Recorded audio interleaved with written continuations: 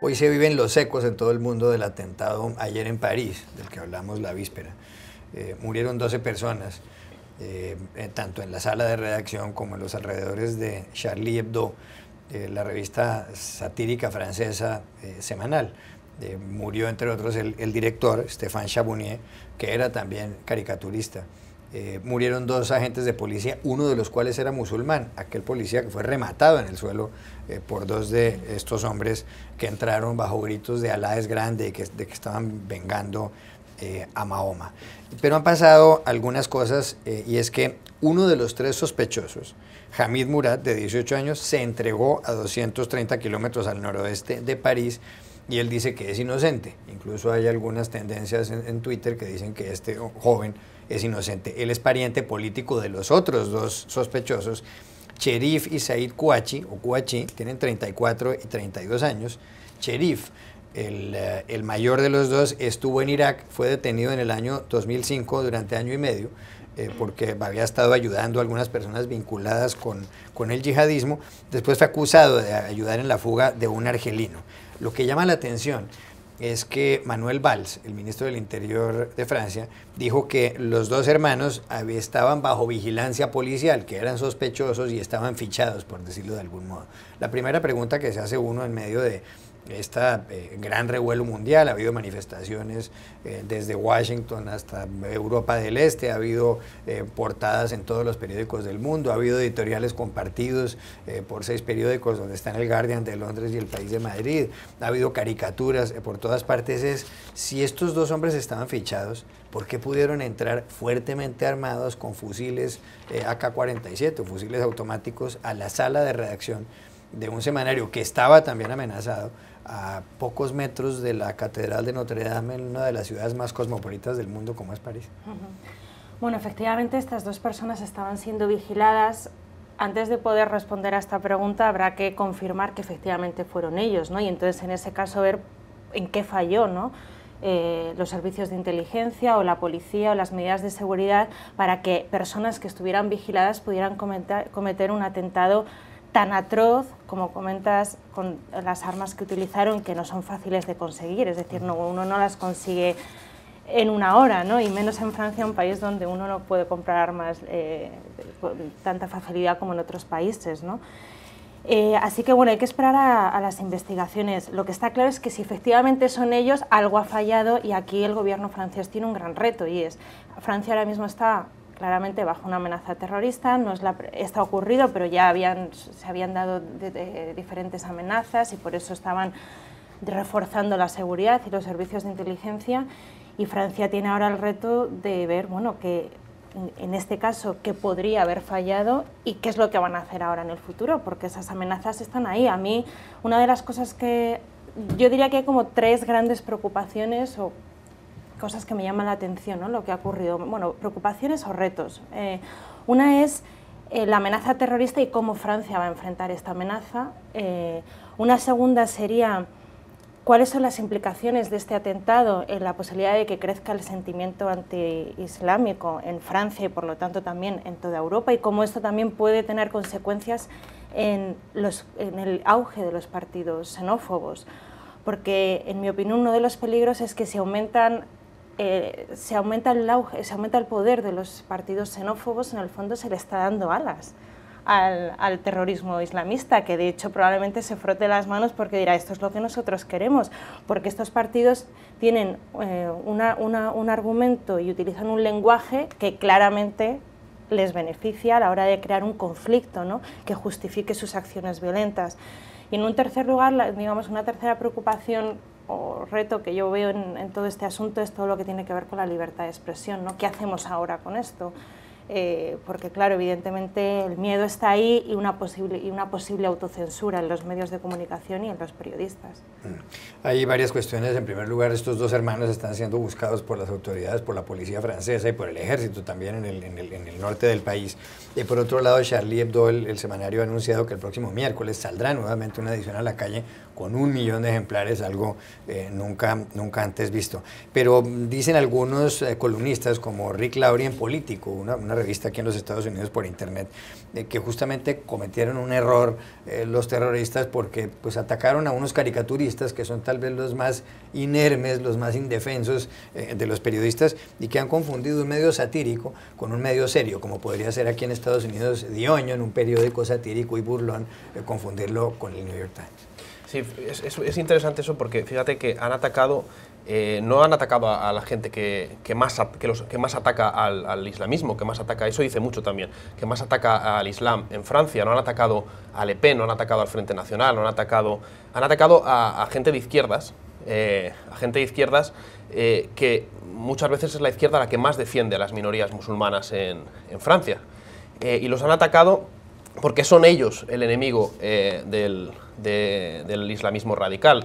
Son ellos y no quizá el Frente Nacional o no quizá la extrema derecha francesa. Son ellos porque son ellos los que recuerdan que Francia está construida sobre un proyecto laico y no sobre un proyecto religioso.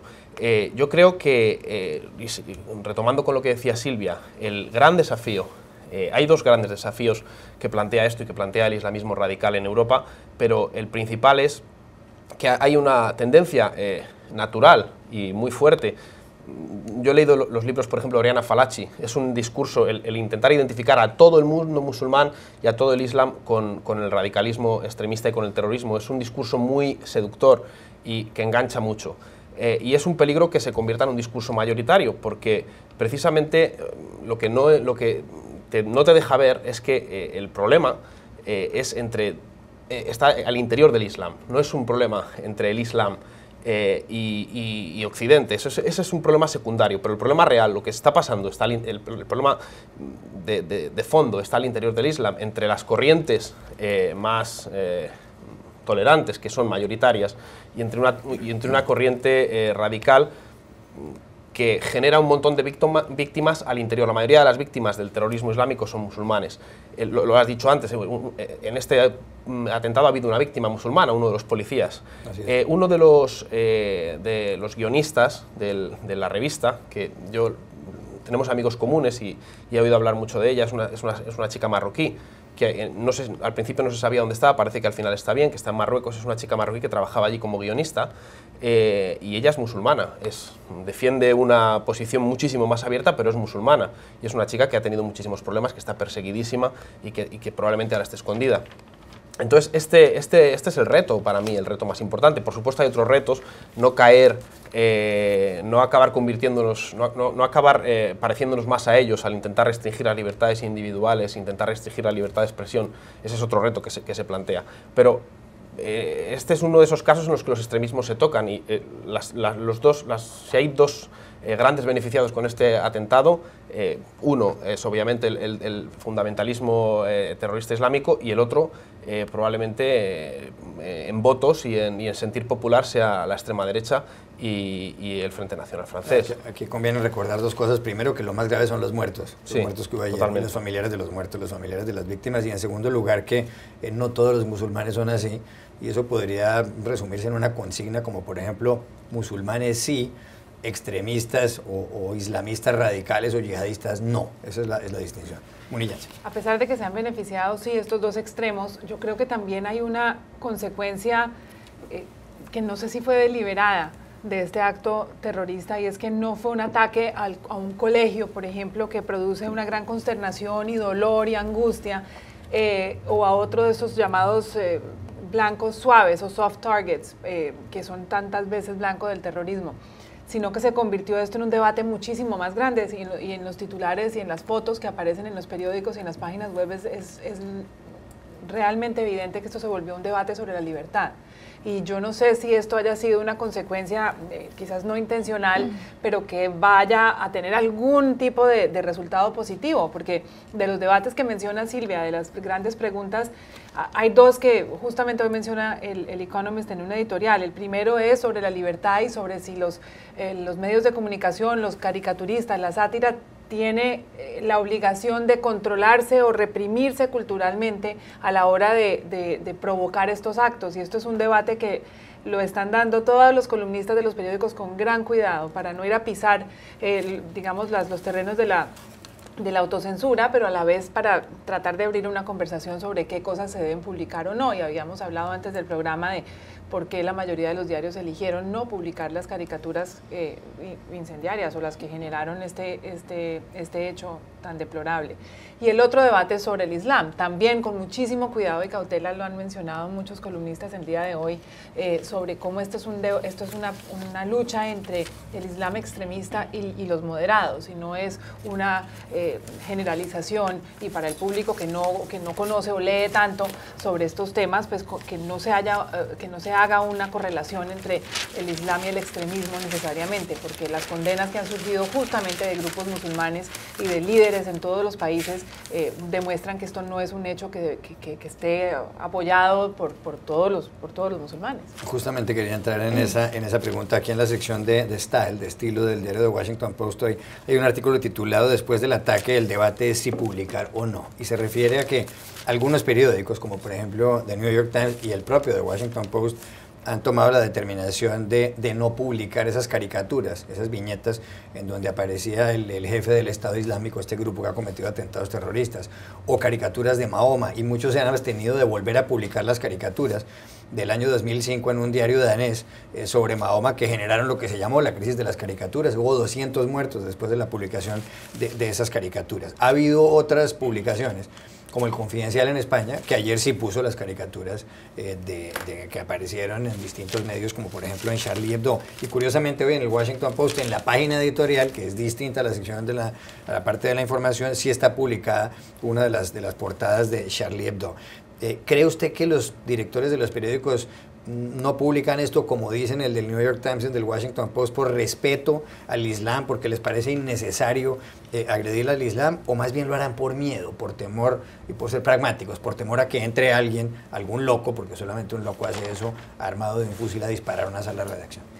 En mi opinión, la única justificación que yo encuentro para no publicar las viñetas es el miedo. Para mí no existe ninguna otra explicación, y de hecho me ha sorprendido mucho leer el artículo que comentabas, en el cual Associated Press, Washington Post y New York Times explican por qué no las publican, y lo relacionan más como porque piensan que no es respetuoso con la religión del Islam, o incluso llegan a decir que puede ser una incitación al odio. En mi opinión, una caricatura está para reírse de las cosas, ¿no? Puede ser, no sé, de un rey, de un político, de lo que sea, ¿no?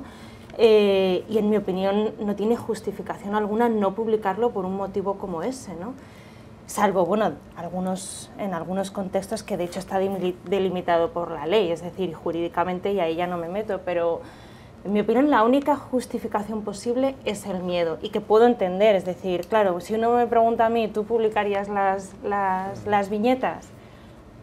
Pues haría todo lo posible por hacerlo. Si respondo racionalmente, por supuesto que sí, sin lugar a dudas.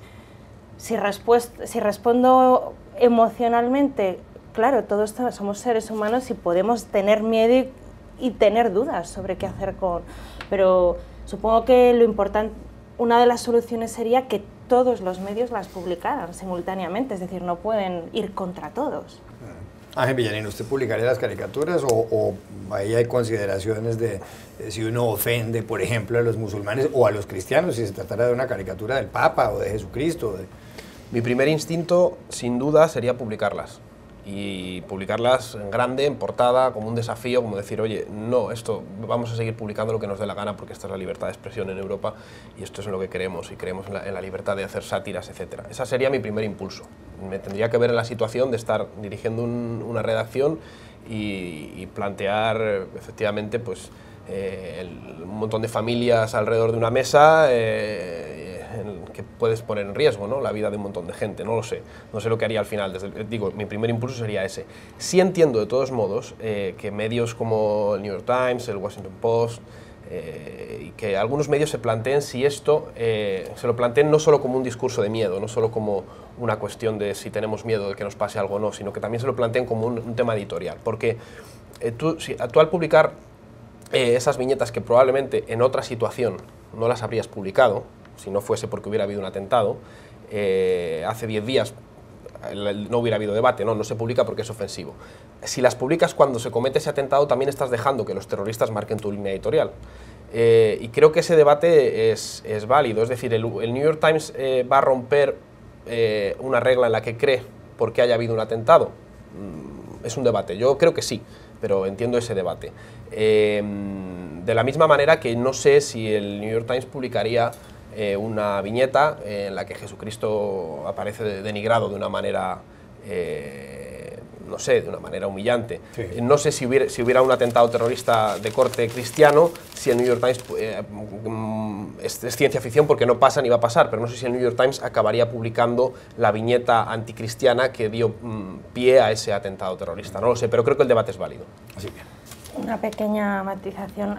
Una de las cosas que me sorprende que aparece en este artículo y que mencionan algunos de los medios es que ellos consideran que sus lectores van a estar informados si simplemente describen la información con palabras. Yo entiendo que pueden tener muchas razones, o las que sean, para no publicar las viñetas, pero no entiendo cómo alguien puede decir que no es necesario ver la viñeta para entender lo que ha ocurrido, porque estas personas en principio han sido asesinadas por eso. Pero fíjate, también ese mismo argumento se utiliza cuando hablas de un crimen y están las imágenes y las fotos y no sacas los niños muertos, por ejemplo, y sin embargo se describe en la información cómo han muerto los niños, pero no sacas la foto del niño destripado. Claro. Entiendo que es distinto, y yo de hecho, insisto, estoy de acuerdo en que habría que publicarlas, pero también entiendo el debate. Yo creo que estas caricaturas aparecen en un diario satírico que nace y vive con ese fin, y es el de la burla y la provocación. Yo creo que no ese es el fin del New York Times y del Washington Post y de los otros medios tradicionales, son informar al público pues, de lo que sucede. ¿Es noticia esta caricatura? La pregunta es sí o no. Si es noticia, debe aparecer en la primera página. Si es simplemente una parte de una historia, pues es algo que un director de un medio debe evaluar una cantidad de variables más allá solamente de que debe aparecer allí, incluyendo la seguridad de su propia redacción. Entonces sí entiendo la decisión de los medios tradicionales de no publicar las caricaturas y quizás publicarlas en las páginas editoriales, que son los espacios donde hay caricaturas y donde hay debate sobre esos temas. Mismo tiempo, bueno, iba a decir que igual que hay veces que los periódicos a veces informan, pero a veces también dan una palmada en la mesa y dicen, toman partido por algo, cuando hay una situación muy grave o cuando hay algo en lo que realmente creen que es necesario defender. Yo creo que esta es una situación en la que se presta a eso, ¿no? Yo creo que todos los periódicos europeos hoy deberían llevar las caricaturas en portada, pero insisto, entiendo que no se haya hecho.